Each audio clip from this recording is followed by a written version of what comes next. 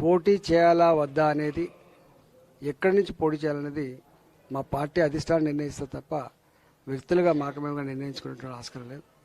మా పార్టీ దగ్గర అపారమైనటువంటి సమాచారం ఉంటుంది.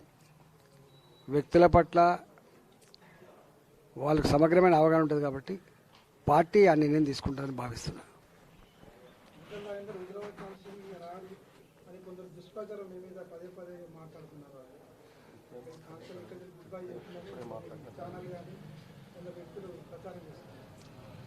యాక్చువల్గా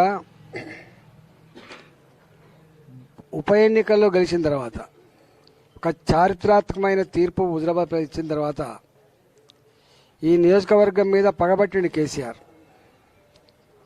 ప్రజలు ఎందుకో మరి ఆ కుట్రల్ని, ఆయన నీచమైనటువంటి దాన్ని అర్థం చేసుకోలేకపోయారు. కానీ మా వాళ్ళు ఎంత మేరకి కనపడతలేవు బిడ్డ, వస్తలేవు బిడ్డ అన్నారు. దాన్ని కానీ ఈ నియోజకవర్గంలో గెలిచిన ఎమ్మెల్యే యొక్క ప్రోటోకాల్ని, గెలిచిన ఎమ్మెల్యే యొక్క ప్రాధాన్యతని, గెలిచిన ఎమ్మెల్యే యొక్క బాధ్యతల్ని నిర్వర్తించకుండా ఎంఆర్ఓలకు, ఎస్ఐలకు, సిఐలకు, ఆర్డీఓలకు, కలెక్టర్లకు, ఆఫీసర్లకి ఇన్స్ట్రక్షన్స్ ఇచ్చి ఇంత చిల్లర స్థాయికి ఏదని అంటే కళ్యాణ లక్ష్మి చెక్కులు ఇస్తే సంతకం పెట్టేది నేను, కానీ చెక్కులు ఇచ్చేది మాత్రం వాళ్ళు ఇచ్చారు. అంటే వాళ్ళు ఇంట్లో సొమ్ము ఇచ్చినట్టు, వాళ్ళే ఇచ్చినట్టు, వాళ్ళు ఇచ్చే వాళ్ళలాగా, ప్రజలు బుచ్చగాళ్ళలాగా గత 2 సంవత్సరాలుగా జరిగింది. ఎక్కడ అధికారికమైన కార్యక్రమాలు నిర్వహించలేకపోయినాం. అందువల్ల ఎక్కడ కనపడలేదు. గెలిచిన ఎమ్మెల్యే సంవత్సరమైన సందర్భంగా ఇవాళ ఏం పని చేసినని చెప్పి పనులు శాంక్షన్ చేయవలసినటువంటి జ్ఞానం, పనులు అభివృద్ధి పనులు చేయించాల్సిన కర్తవ్యం ప్రభుత్వం మీద ఉంటుంది. అంటే ప్రభుత్వం పగబట్టి నాలాంటి వాడు దరఖాస్తు ఇచ్చినప్పటికీ, నాలాంటి వాడికి పని చేయమని చెప్పినప్పటికీ చేయకుండా ఇవాళ సంవత్సరం పూర్తయింది ఏం పని చేసామని చెప్పి కూడా విమర్శ చేశాం. అంటే ఇట్లాంటి థర్డ్ క్లాస్ పనులన్నీ కూడా ఒక ఎంఆర్ఓ రివ్యూ చేస్తే రాలేదు, ఒక ఆర్డీఓ రివ్యూ చేస్తే రాలేదు, ఒక కలెక్టర్ రివ్యూ చేస్తే రాలేదు. ఈ ప్రజాస్వామ్య వ్యవస్థలో ఇంతటి చీకటి అధ్యాయం, ఇంతటి నిజాం నిరంకుశ వైఖరితో కొనసాగిన పరిపాలన హుజరాబాద్ కొనసాగింది. ప్రజలెందుకో అయ్యో ఆయన చెక్కులు తెచ్చిస్తాడు, ఆయన ఇది తెచ్చిస్తాడని చెప్పి అనుకున్నారు. కానీ ఇవ్వకుండా మా బిడ్డను నిరోధిస్తున్నాడు భావన ఎందుకో రాలే. రెండో భావన ఏంటంటే ఇవాళ దళిత బంధు 2021 దళిత బంధు వచ్చింది. కొంతమంది సంపూర్ణంగా తీసుకున్నారు, కొంతమంది సగం సగం తీసుకున్నారు. వాళ్ళందరికీ బెదిరింపులు లెటర్లు పోయినాయి.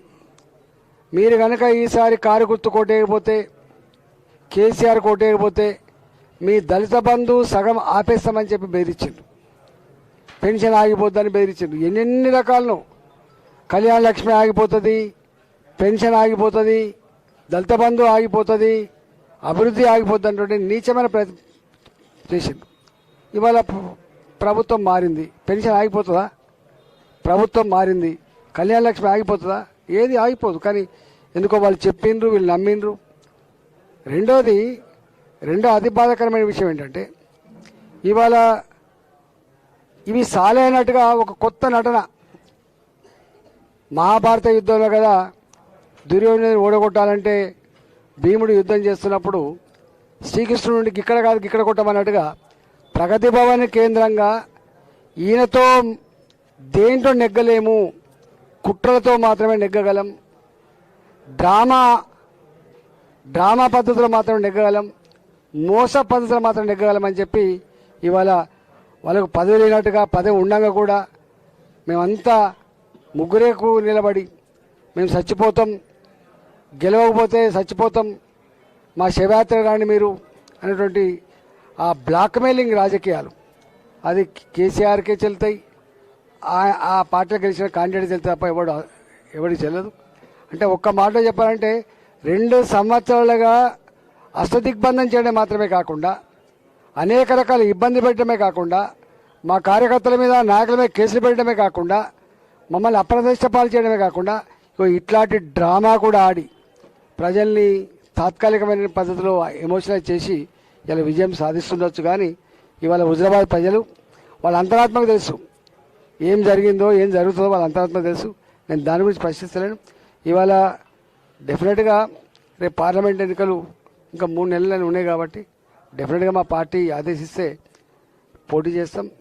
తప్పకుండా ప్రజల ఆశీర్వాదం దొరుకుతుందని ఆశిస్తాం.